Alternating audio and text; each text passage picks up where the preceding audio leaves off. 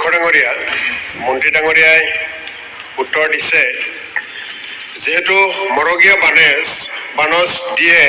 কেন্দ্ৰীয় চৰকাৰে জানুৱাৰী মাহৰ পৰাই দিছে কিন্তু আমাৰ অসম চৰকাৰে জুন মাহৰ পৰা দিয়া বুলি ইয়াত উল্লেখ কৰিছে গতিকে মই আপোনাৰ জৰিয়তে মাননীয় মন্ত্ৰী ডাঙৰীয়াৰ পৰা জানিব বিচাৰিম যে কেন্দ্ৰীয় চৰকাৰৰ কৰ্মচাৰীসকলৰ প্ৰতি কেন্দ্ৰীয় চৰকাৰৰ যিখিনি দায়িত্ব বা তেখেতসকলৰ প্ৰতি যিখিনি দৰমহাৰ ক্ষেত্ৰত যিখিনি তেওঁলোকে নিয়ম নীতি পালন কৰিছে একে সময়তে আমাৰ ৰাজ্য চৰকাৰৰ কৰ্মচাৰীসকলেও দিনে ৰাতি কষ্ট কৰে গতিকে কেন্দ্ৰীয় চৰকাৰে এটা সুবিধা কেন্দ্ৰীয় চৰকাৰৰ কৰ্মচাৰীসকলে সুবিধা পাব জানুৱাৰীৰ পৰা সেই ক্ষেত্ৰত অসমৰ কৰ্মচাৰীসকলে কিয় জুন মাহলৈ গ'ল জানুৱাৰীৰ পৰা কিয় সুবিধা লাভ নকৰিলে মাননীয় মন্ত্ৰী ডাঙৰীয়াৰ পৰা জানিব বিচাৰিছোঁ মাননীয় অধ্যক্ষ মহোদয় এই পবিত্ৰ সদনক মই জনাবলৈ পাই গৌৰৱ অনুভৱ কৰোঁ যে অসমে এনেকুৱা এখন ৰাজ্য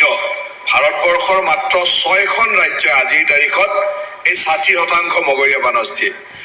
অৰুণাচল প্ৰদেশ তামিলনাডু উৰিষ্যা উত্তৰ প্ৰদেশ বিহাৰ আৰু অসম গতিকে ভাৰতবৰ্ষৰ বাকী ৰাজ্যসমূহে ভাবিবই নোৱাৰিব যে তেওঁলোকৰ মগৰীয়া বানজ কি হিচাপত দি আছে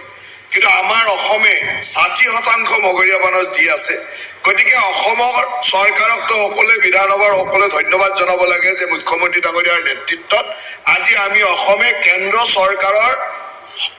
ঘোষণাৰ লগে লগে আমি সদায় দি যাবলৈ সক্ষম হৈছোঁ নিশ্চয়কৈ তেখেতে যিটো কথা কৈছে এই গোটেই মগৰীয়া বানজটো নিৰ্ভৰ কৰে যে ৰাজ্য চৰকাৰৰ দৰমহা আয়োগৰ পৰামৰ্শ বুলি বা কৰ্মচাৰীসকলৰ অন্যান্য চৰ্তসমূহ বিভিন্ন সময়ত ৰাজ্য চৰকাৰে বিভিন্ন সময়ত আলোচনা কৰি মানি লয় আৰু এই বছৰ আলোচনাৰ পিছত আমি এটা সিদ্ধান্তত আছিলোঁ যে জুন মাহৰ পৰা আমি এই মগৰীয়া বানজ দিম গতিকে মই ভাবোঁ যে দিব পাৰিলেতো ভাল কিন্তু আজি যে অসমে ইমানকেইখন ৰাজ্যৰ ভিতৰত 6খন ৰাজ্য ভাৰতবৰ্ষত বহুত আগশাৰী ৰাজ্য আছে সেইবিলাকৰ লগতো ফেৰ মাৰি একেলগে যে অসমে দি থাকিব পাৰিছে সিমানখিনিয়ে মই ভাবোঁ যে আমাৰ কাৰণে বৰ্তমান ভাল কথা আৰু চেষ্টা নিশ্চয়কৈ থাকিব যে সদায় সেই ধৰণে যদি জানুৱাৰীৰ পৰা কৈছে অহা বছৰ যদি আমি একেলগে আৰু দুটা বছৰত দুবাৰকৈ আহে গতিকে সেই সময়ত একেলগে কৰিব পাৰে সেই কথাৰ লক্ষ্য থাকিব মই তেখেতৰ কৰ্মচাৰীসকলৰ প্ৰতি থকা দায়বদ্ধতা বা তেখেতৰ কৰ্মচাৰীসকলৰ কৰি থকা চিন্তাৰ কাৰণে মই ধন্যবাদ জ্ঞাপন কৰিছোঁ মগৰীয়া মৰগীয়া অধ্যক্ষ ডাঙৰীয়া মৰগীয়া অধ্যক্ষ ডাঙৰীয়া ইয়াৰ আগতে পূৰ্বৰ বিত্তমন্ত্ৰী অজন্তা বাইদেৱে বাজেটত উল্লেখ কৰিছিল যে 1 ফেব্ৰুৱাৰী 2005 তাৰিখৰ পূৰ্বে নিযুক্তিৰ প্ৰক্ৰিয়া আৰম্ভ হোৱা নিয়মীয়া কৰ্মচাৰীসকলক OPS দিব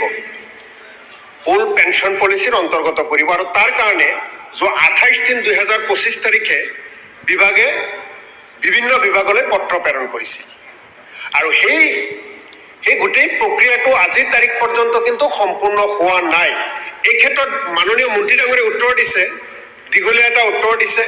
বিভিন্ন বিভাগৰ পৰা উত্তৰ আহিছে বিভিন্ন ডিপাৰ্টমেণ্টৰ হেডসকলৰ লগত কথা পাতি আছে আখুৱা দেখাইছে এটা মোৰ প্ৰশ্ন হ'ল আপোনাৰ জৰিয়তে মাননীয় মন্ত্ৰী ডাঙৰীয়ালৈ এই গোটেই প্ৰক্ৰিয়া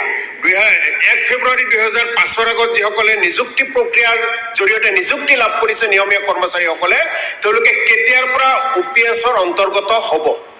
মিনিষ্টাৰ ৰিপ্লাই প্লিজ মাননীয় অধ্যক্ষ মহোদয়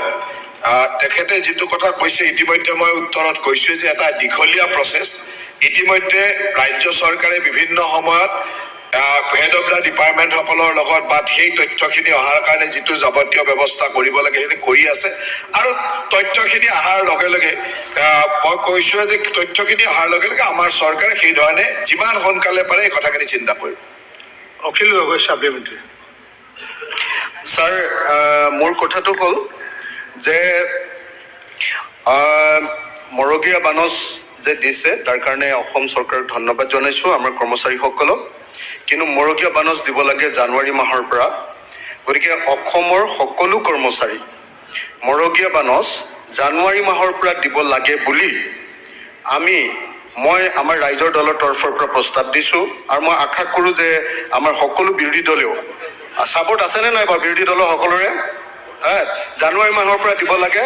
আৰু লগতে মই ভাবোঁ যে শাসক দলেও ছাপৰ্ট দিব লাগে। প্ৰশ্ন কুৱেশ্যন প্লিজ। মোৰ প্ৰশ্নটো হ'ল যে মৰকীয়া বানচ ছাৰ শেষ কৰি দিম। ভোটিং নহয় হয়, কুৱেশ্যন। মৰকীয়া বানচ জানুৱাৰী মাহৰ পৰা দিবৰ কাৰণে কৰ্মচাৰীসকলে বহুত কষ্ট কৰে, তেওঁলোকক দিবৰ কাৰণে ব্যৱস্থা ল'ব লাগে। আৰু OPS এইটো ফাঁকিবাজি মাৰিছে ইয়াতে যে 1 ফেব্ৰুৱাৰী 2005 আগৰখিনিক দিব, আগৰখিনি এনে পায়েই, তাৰ কাৰণে আকৌ চাৰ্ভে টাৰ্ভে কৰাৰ দৰকাৰ নাই। এইবিলাক মিছা কথা লিখি এনেই কাগজখন নষ্ট কৰিছে।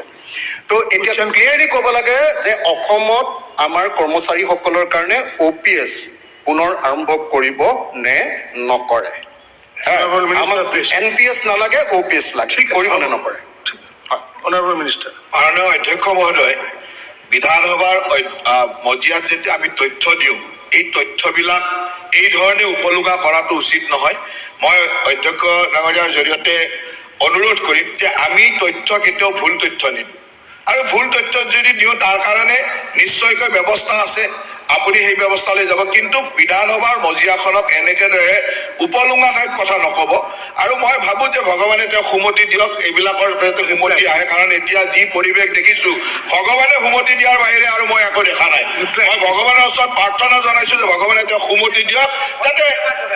আৰু তেওঁ যেনেকে চৰকাৰক দিব কয়, তেওঁৰ যিকেইটা ব্যৱসায়িক প্ৰতিষ্ঠান আছে অৰ্কিড পাৰ্কৰ পৰা আদি যাতে আমাৰ ৰাইজে সেইকাৰণে